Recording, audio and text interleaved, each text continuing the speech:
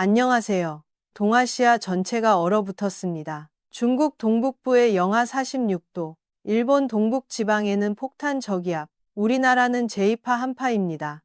오늘은 동아시아 전체의 기상 상황을 보면서 우리나라 날씨를 이해해 보겠습니다. 먼저 전체 그림부터 보겠습니다.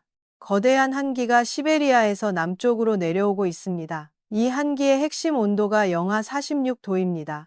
상공 5,500m 높이의 기온입니다. 이 한기가 지나가는 곳마다 기록적인 추위가 발생하고 있습니다.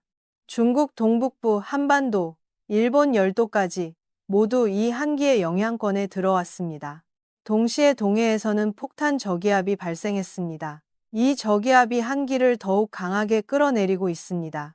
이제 지역별로 자세히 보겠습니다. 중국 동북부 상황부터 보겠습니다. 중국 동북부는 지금 한기의 중심에 있습니다.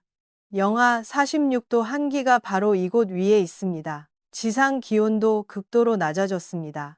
하얼빈에서는 매년 열리는 얼음 축제가 진행 중입니다. 그런데 사람이 예전보다 많이 줄었습니다.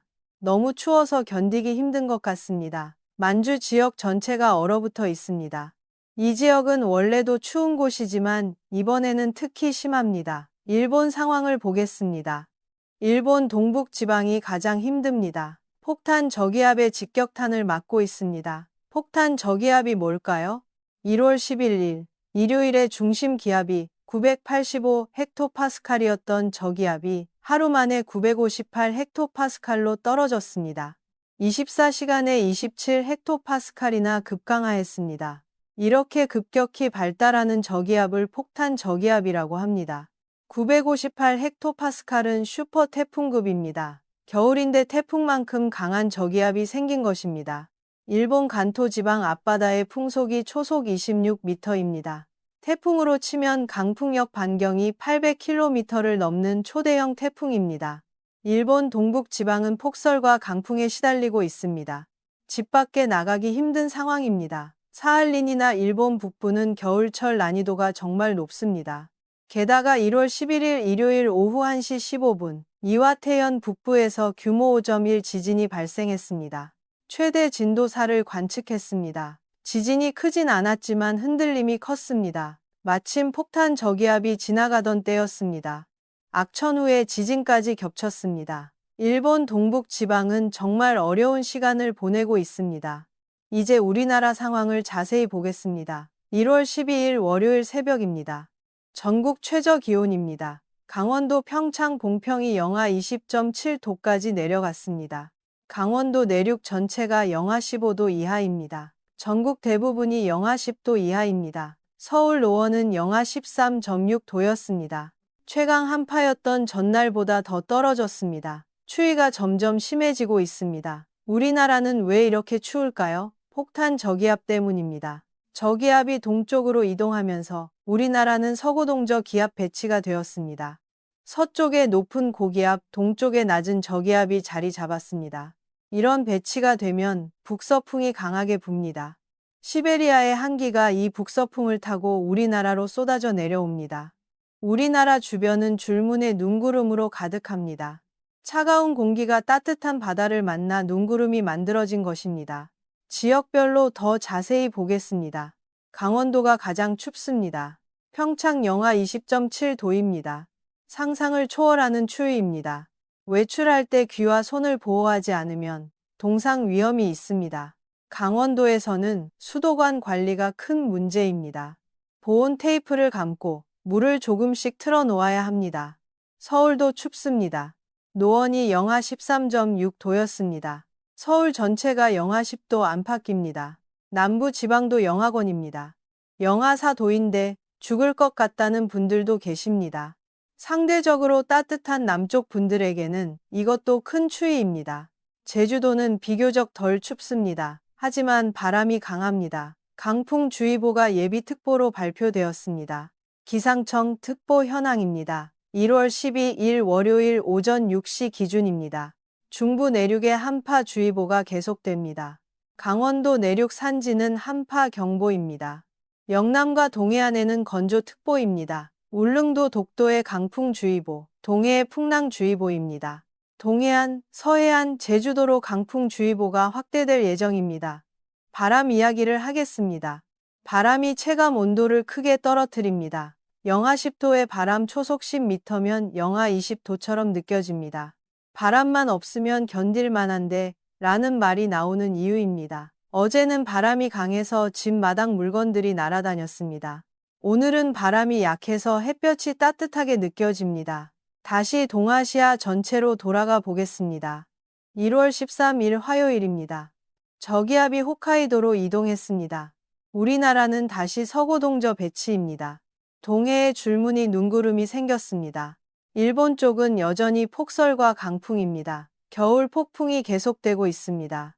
850 헥토파스칼, 상공 1500m 기온입니다. 등압선 간격이 좁습니다. 남북의 온도 경도가 큽니다. 제2의 한파가 밀려오고 있습니다. 눈 내리는 기준인 영하 6도가 남해안까지 내려와 있습니다. 1월 14일 수요일입니다. 이동성 고기압이 우리나라를 덮습니다. 맑은 날씨입니다. 겨울에 맑으면 조심해야 합니다. 구름이 이불 역할을 못합니다. 복사 냉각으로 아침 기온이 더 떨어집니다. 몽골에서 새 저기압이 다가옵니다. 빠르게 동쪽으로 이동 중입니다. 겨울에 저기압이 이렇게 자주 오는 것도 흔치 않습니다. 대설 예보에 대해 말씀드리겠습니다. 예보보다 눈이 적게 왔습니다. 특히 수도권은 거의 안 왔습니다. 솔직히 말씀드리겠습니다. 서고동저 배치가 예상보다 빨리 형성되었습니다. 눈구름이 동해로 치우쳤습니다. 예보가 빗나가서 죄송합니다. 겨울철 눈 예보는 정말 어렵습니다. 저기압 위치가 조금만 달라져도 결과가 완전히 바뀝니다. 최선을 다하겠습니다. 1월 16일 금요일입니다. 저기압이 일본 동쪽으로 빠져나갔습니다. 다시 서고 동저 배치입니다. 고기압과 저기압 간격이 멉니다. 등압선 간격이 넓습니다. 바람이 약해집니다. 잠시 사만사온의 사온입니다. 몽골 쪽에서 시베리아 고기압이 확장하고 있습니다. 곧 다시 팽창할 것 같습니다. 언제쯤 추위가 끝날까요? 대한이 1월 20일입니다. 그때까지는 추위가 계속될 것 같습니다. 1월 말부터 조금씩 풀릴 것으로 보입니다. 지역별 특성을 다시 정리하겠습니다. 중국 동북부는 한기의 중심입니다. 가장 추운 곳입니다. 하지만 저기압의 직접 영향은 적습니다. 일본 동북부는 폭탄 저기압의 직격탄입니다. 폭설과 강풍이 심합니다. 지진까지 겹쳐 가장 힘든 곳입니다.